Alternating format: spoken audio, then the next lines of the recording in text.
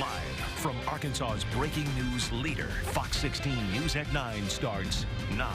A rocky start to the weekend as the threat of severe weather is expected to continue into the late night and early morning hours. Good evening. Thanks for staying up late with us. I'm Donna Terrell. I'm Kevin Kelly. Heavy rain, damaging winds, large hail, even isolated tornadoes, all strong possibilities in the coming hours. Fox 16's chief meteorologist Jeff Baskin watching the radar closely. He joins us now with a closer look at what we can expect. Hi, Jeff. Well, Donna and Kevin, earlier we had a round of showers and thunderstorms move on through central Arkansas. Really not too bad. We didn't have much in the way of any warnings associated with that, but now we have another round of storms that's moving on in. We still are under a tornado watch for most of Arkansas until 2 a.m. And the greatest risk area is really for the western half of the state. We do have severe thunderstorm warnings, a large area of severe thunderstorm warnings just bordering Arkansas right now on the Oklahoma side, and actually one new severe thunderstorm warning from Fort Smith over towards Fayetteville. You can see that one area of showers and thunderstorms now lifting off towards the north and northeast. Still some heavy showers, but here come the stronger storms, numerous severe thunderstorm warnings, and we've even had a couple of tornado warnings as well associated with this. We still have one tornado warning just to the west of the Arkansas border for a cell that's now just northwest of Siloam Springs, heading generally in the direction of Benton County, extreme northwest Arkansas. You see those storms now moving almost across the border. This storm has weakened quite a bit. Earlier, there was a very strong signature of rotation associated with this storm. This storm did have a history, it does have a history of producing a tornado. However, since that time, it has weakened, but that line of storms now advancing pretty quickly towards the east. You can see this line of thunderstorms just about, say, 20-30 minutes away from the Arkansas border, and likely some strong winds associated with that, and also still the possibility of an isolated tornado or two along that line. Out ahead of it, well, we really don't have a whole lot. Right now, it looks like we're pretty much dry across central Arkansas, but again, we still have that line of thunderstorms that we're tracking as it moves into central Arkansas by well after midnight, say 2-3 a.m. But after that time, these storms are rapidly going to weaken as they move into eastern Arkansas, and they should pretty much be out of the state as we get towards early tomorrow morning. So once we get towards daybreak, we'll be done with the storms, then just windy during the day tomorrow. We'll talk more about the timing of the storms when they'll reach central Arkansas coming up in just a few minutes. All right, Jeff, thank you very much. And because of the threat of severe weather in the coming hours, the Arkansas Storm Team on standby throughout the night and ready to bring you the latest conditions at a moment's notice to keep your family safe. So be sure to follow us on air and online for the latest updates. And we do have some breaking news tonight. Little Rock police on the scene of a fatal shooting. It happened shortly after 9 this evening near Charles Bussey and Park. Fox 16's Mitch McCoy live on the scene with more on the investigation and the victim. Mitch. Yeah, Kevin and Donna, good evening to you both. We are right here at the intersection of Charles Bussey. Park is just a block over where the homicide took place. We can confirm at this hour that 2 people were shot. We know that 1 man died here at the scene. If you step out, you can see those blue lights in the distance, and then right in front of those blue lights, you have crime scene investigators to the left, and those are also homicide detectives. They are going through, actually combing through, trying to piece together exactly what happened. We're being told by the Little Rock Police Department tonight that this is an apparent drive-by shooting. 1 man died here at the scene. Another victim was taken to the hospital in a car. That person is receiving medical treatment right now, but it's unclear at this hour exactly what the victim's condition is at this point. I was talking with some of the police officers out here tonight, and they told me that because of the weather, they are actually going to be taking, obviously they take their time all the time, but because of the weather, the rain, they're going through with a fine-tooth comb and really making sure that all of the evidence is collected and making sure that they don't miss anything. And that is something that a lot of these crime scene investigators and police officers have experience with, especially during weather situations like this. But we don't know anything right now about the suspect, and that is something that police and detectives are working to gather right now. We'll be sure to pass that to you as we get it. But this happened at the home, I'm being told, here at the corner of Charles Bussey and Park Street, and according to detectives, 2 people shot. One of those victims died. That is an adult man.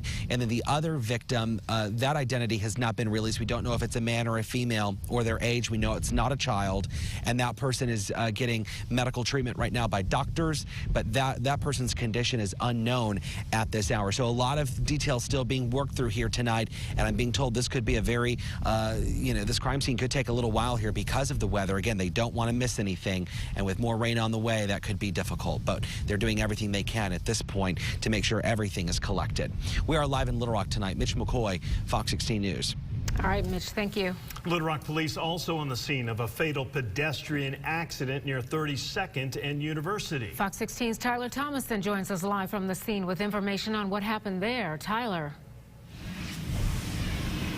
Kevin and Donnie, yeah, good evening. What we know right now is one person is dead following a pedestrian accident, and we are at the intersection of 32nd and University where this scene, the main part of the scene is unfolding, but we're told this began at Asher, which is down east, down south of where we are right now on University. I'm going to step out of the way and kind of show you the scene that's been active for the better part of almost 2 hours now. Little Rock Police and Little Rock Fire Departments are out here.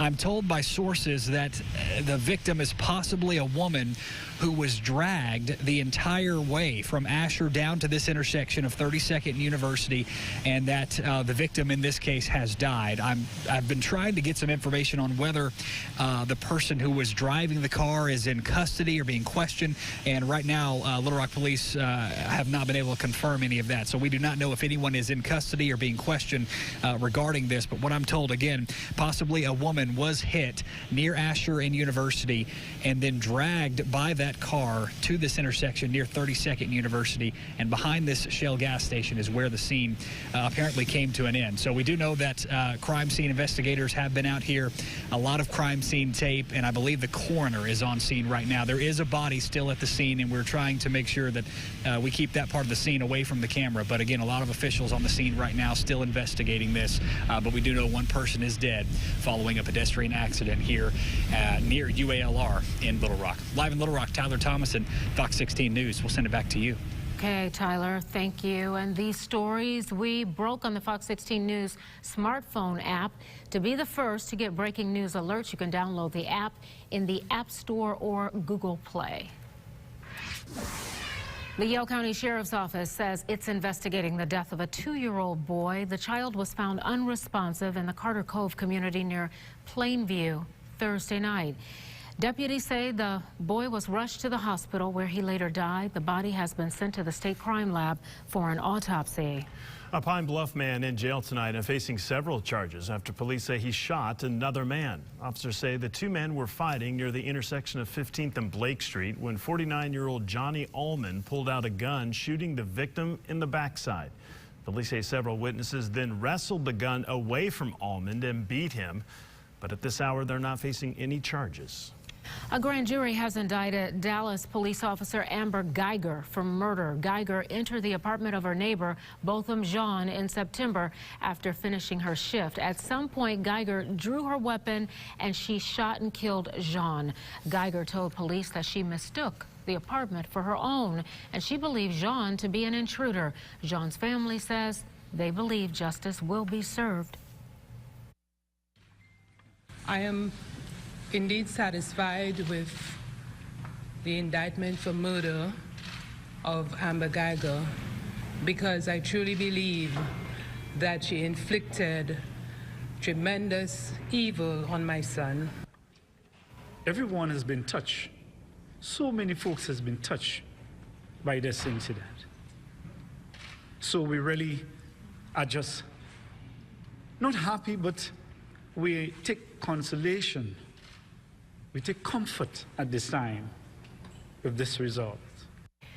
Well, Geiger was initially charged with manslaughter and was fired by the Dallas Police Department in late September. Fox 16 crime alert. An employee at a Central Arkansas senior center under fire tonight after being arrested and charged with a DWI while driving a company car. Fox 16's Susan L. Corey is back from Cabot. And Susan, That's not the only thing this man is charged with, is that right? Yeah, Kevin and Donna, police say this man not only crashed a Cabot Senior Center car, he tried to leave the scene, and then he failed a breathalyzer. No cars coming or going. The Cabot Senior Center fleet in park for the night. I go 2 days a week. They have their exercise. It's these rides Marceline Weatherly relies on. We just move every part of our body. Shuttling her to and from the center. I don't have to worry about somebody coming picking me up and taking me. The 89-year-old never questioned who was behind the wheel until now. It concerns me. They shouldn't be used like that. Here along Locust Street, the center's assistant director, Mike Hansen, is accused of crashing a center car, then trying to leave the scene. The spot just steps from Northside Elementary. Hansen was arrested and charged with a DWI. I trust Mike. I mean, I consider him a good friend. And I think he's a good driver. He has driven our bus some. Hansen was the only one in the car that day. Police records show he failed field sobriety tests and blew .2 on a breathalyzer, more than double the legal limit. It's unclear if he's still driving company cars. I don't have anything bad to say about Mike. I think he's a nice guy, and I trust his driving. But Weatherly refuses to let this put the brakes on her weekly routine. I don't feel like it's something that happens regularly. Hansen is still listed as assistant director on the senior center's website. I went to his house, no one answered. I also reached out to the Lonoke County Council on Aging, which runs the center, but haven't heard back from them. Back to you. And we have some breaking news tonight out of Connecticut. The 41st president of the United States has died. George H.W. Bush passed away just over an hour ago. A family spokesperson is telling us. He was 94 years old. He's survived by his 5 children, a list that includes another former president, George W. Bush. Police at the University of Arkansas Little Rock campus are starting a new community liaison program. Officers are going beyond the line of duty and going one-on-one with students and community members. The officers are playing basketball with students, holding classes, even getting kids in the neighborhood involved. Corporal Gary McGee says this is personal for him because he's been around the campus since he was a teen. It's not just to give tickets and make arrests, and we actually, care about the development of the community. It's only been in the works for a few months. They hope it grows even bigger by next semester, but the program is up and running, and it's doing a fairly good job in its early stages. Well, there you go. Keeping your body in tip-top shape can be a challenge, especially during the holidays. Don't we all know it? But we have an inspirational story that could provide the extra motivation you need. Stick around and see the program that's helping people overcome their limitations. You're watching Fox 16 News at 9 with Donna Terrell, Kevin Kelly, sports with Wes Moore, and Chief Meteorologist Jeff Baskin.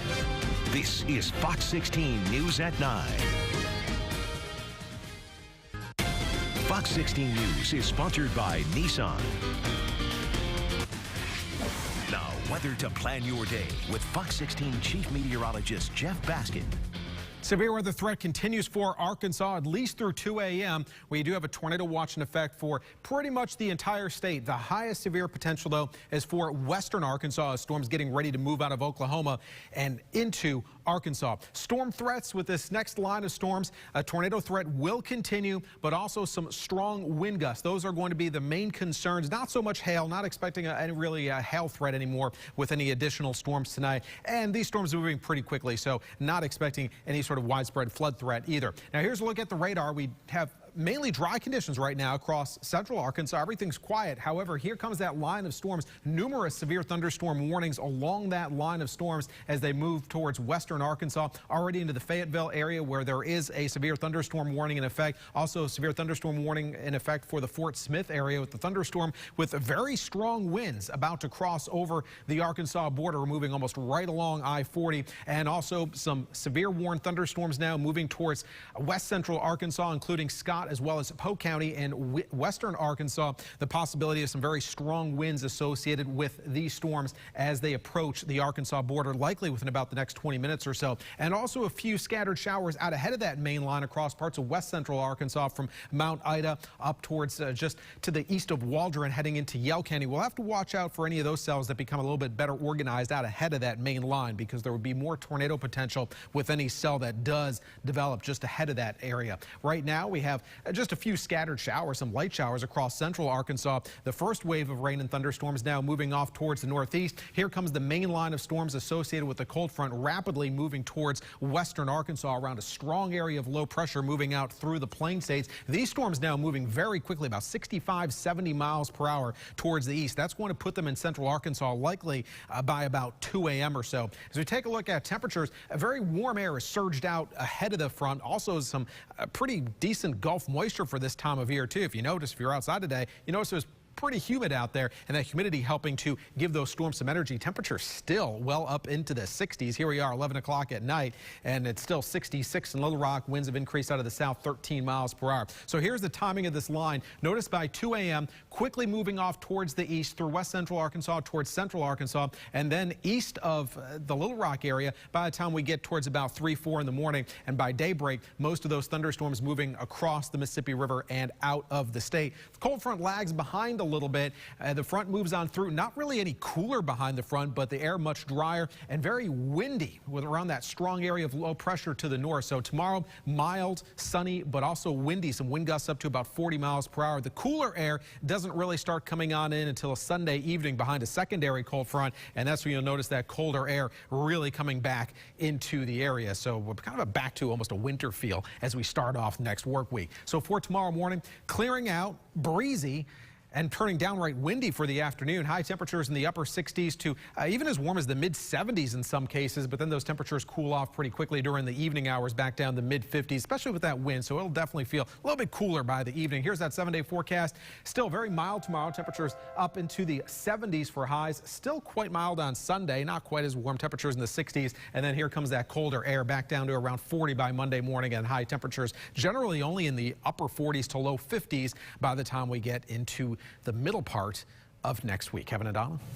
All right, Jeff, thank you so much. Well, unfortunately, there is no high school football tonight. The games rescheduled due to the severe weather, but we'll tell you when and where they'll be played. Plus, a look at Arkansas's game against Florida International tomorrow night. Sports director Wes Moore is up next with Fox 16 Sports. Now, Fox 16 Sports with Sportscaster of the Year, Wes Moore. Mother Nature stays undefeated. No high school football games were played tonight. They were all postponed. But Fearless Friday will have you covered this weekend. The 4A, 3A, and 2A semifinal games will be played tomorrow night at 6. The 5A championship game between PA and Little Rock Christian moves to Sunday at 2. Tomorrow's 6A and 7A title games are not affected. PA's head coach Kevin Kelly tells us he had a feeling the games would be postponed. I knew all along, that they were going to cancel if they needed to. And they certainly did that, and postponing it's a tough move in some ways, but they did it, made the right decision, and everybody's happy. AAA got the same calls I did, people that has already said, you can't make everybody happy. I mean, some people were glad that they changed it, and other people have already made travel plans. Well, you're going to make travel plans to sit out there in the lightning, but all in all, I think that you look and you go, the right thing to do is change it. The best thing is we're in a championship game, so the option is don't be in one and don't have to deal with this. Well, we'd rather deal with it and be there and take our chances. Now, your Silver Star Nation report, brought to you by Steve Landers Toyota.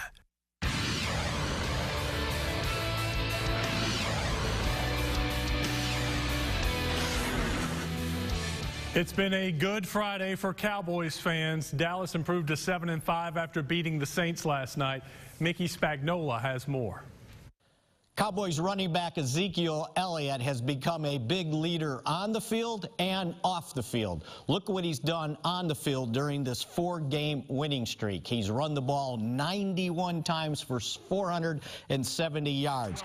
He's caught 24 passes for 197 more yards. Total it all up, 115 touches for 667 yards and 5 touchdowns. Now, off the field, he's become an outspoken leader leader in the locker room. He's been outspoken before the game starts and even after the start. And here's his perspective on the Cowboys' 13-10 win over the New Orleans Saints. No one believed in us. I think all 4 of the panelists up there on NFL Network said that we were going to lose. The whole nation thought we were going to lose, and we came out, we shocked the world. And I mean, the crazy thing about it is we could have played so much better.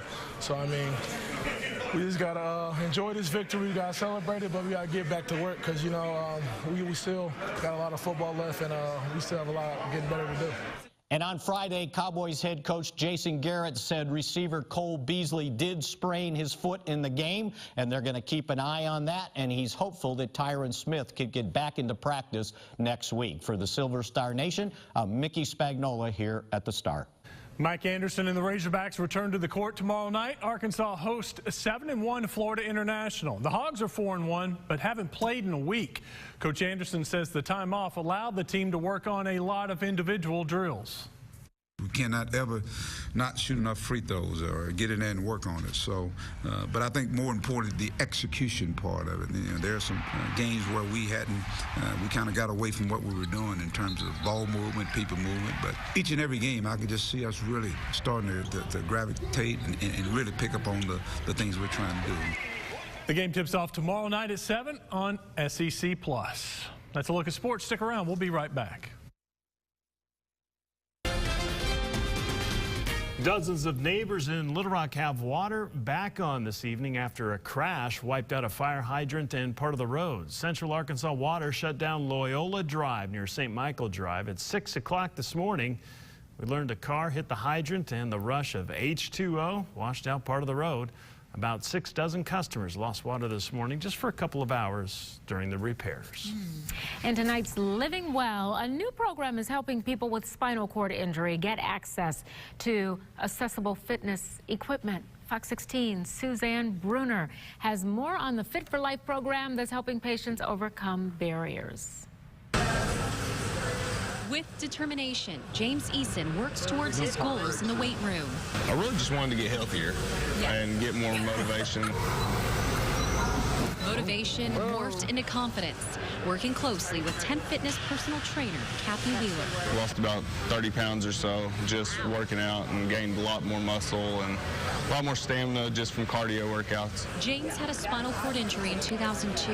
It has limited what he can do at the fitness center, but a new program called Fit for Life provides equipment tailored to his needs. We're able to take the seat off so they can pull their wheelchair right up to the machine, and they're able to get a good cardiovascular workout. Figuring out all kinds of different ways and varieties of doing different exercises or workouts, so we'll just kind of modify it. Baptist Health partnered with fitness centers to launch Fit for Life last year in an effort to educate and train patients with spinal cord injury. You may have a disability, but I'm not going to let that hold you back. You know, I want to help you succeed, and I want to help you get stronger. Good. You want to feel putting in the work and seeing results. I do a lot of transfers from truck to chair to bed to couch to, you know, so it's helped a lot with like my tricep muscles. He credits the program that's now helped him get around easier. And Kathy, he's healthier and happier since we've been training, and just stronger. Couldn't be more proud of the challenges he continues to overcome. In Little Rock, I'm Suzanne Bruner. Oh, that is a heartwarming story. I love that. Good for him. Yes.